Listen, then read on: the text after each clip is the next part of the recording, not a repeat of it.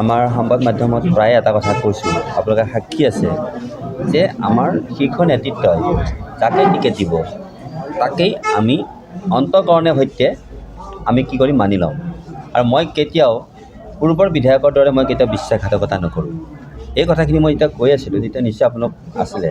গতিকে সেইকাৰণে মই কৈছোঁ যে আজি পূৰ্বৰ মানে যোৱা 5 বছৰ হ'ল। 5 বছৰ নহয়, হেৰি হ'ব 15 বছৰ। গতিকে আমি যিখিনি বক্তব্য প্ৰদান কৰিছিলোঁ সেই বক্তব্য মতে আমি NDAৰ যিটো চৰিত্ৰ বা যিটো মাৰ্গদৰ্শন সেইমতেই মই কাম কৰি আছোঁ। আজি মোৰ ভাল লাগিছে যে একেবাৰে অসম আন্দোলনৰ পৰা অগপ প্ৰতিষ্ঠালৈকে, তাৰপিছত এখেতক আমি অগপৰ পৰা যি সেই সময়ত বিধায়ক কৰাৰ ক্ষেত্ৰত আমাৰ সকলোৰে যিটো অৰিহণা, সেই অৰিহণা আজিও মোৰ মনত আছে, হৃদয়ত আছে।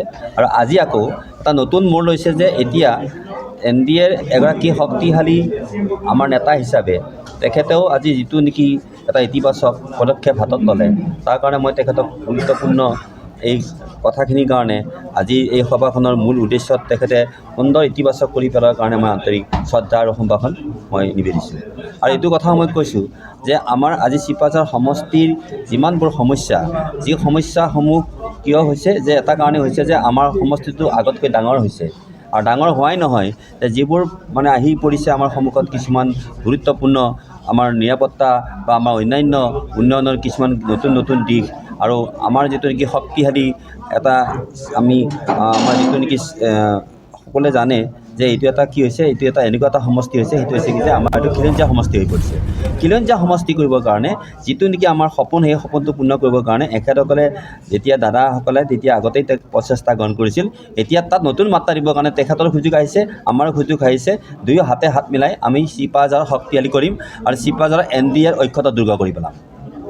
কৰ্মীসকলকো আজি আমাৰ আঞ্চলিকৰ 27খন আঞ্চলিকৰ আমি বিষয়ববীয়াসকলক মাতি আনি ইয়াত আমি আলোচনা তাকেই হ'ব খুজিছিলোঁ যে আমি আচলতে এই সন্ধিক্ষণত আমি কি সিদ্ধান্ত ল'ম। টিকেট অসম গণ পৰিষদক নিদিয়াৰ কাৰণে আমাৰ ক্ষোভ নাই, অভিযোগ নাই, কিন্তু কৰ্মীসকলৰ যি দুখ পালে সেই দুখৰ কিন্তু সমবেদনা মই ভাগি হৈছোঁ। দ্বিতীয় কথাটো হৈছে অসম গণ পৰিষদ দল NDAৰ ভিতৰত সোমাই আছে, গতিকে আমাৰ প্ৰতিগৰাকী কৰ্মী NDAৰ লগত থাকিবলৈ মই আজি আহ্বান জনাইছোঁ। আৰু এটা আহ্বান জনাইছোঁ আমাৰ বৰ্তমানৰ প্ৰাৰ্থীগৰাকীক যে নিজৰ কৰ্ম আৰু আচৰণে কৰ্মীসকলক কেনেকৈ বান্ধি ৰাখিব পাৰে, কেনেকৈ নিজৰ লগত ৰাখিব পাৰে, সেই কৌশল ৰণকৌশল তেখেতে অৱলম্বন কৰিবলৈ তেখেতক আহ্বান জনাইছোঁ। নিৰ্বাচনী পথত আপুনি কৰিব লাগিব, কিয় নকৰিব, সেইটোতো প্ৰশ্নই অহা নাই। কৰিব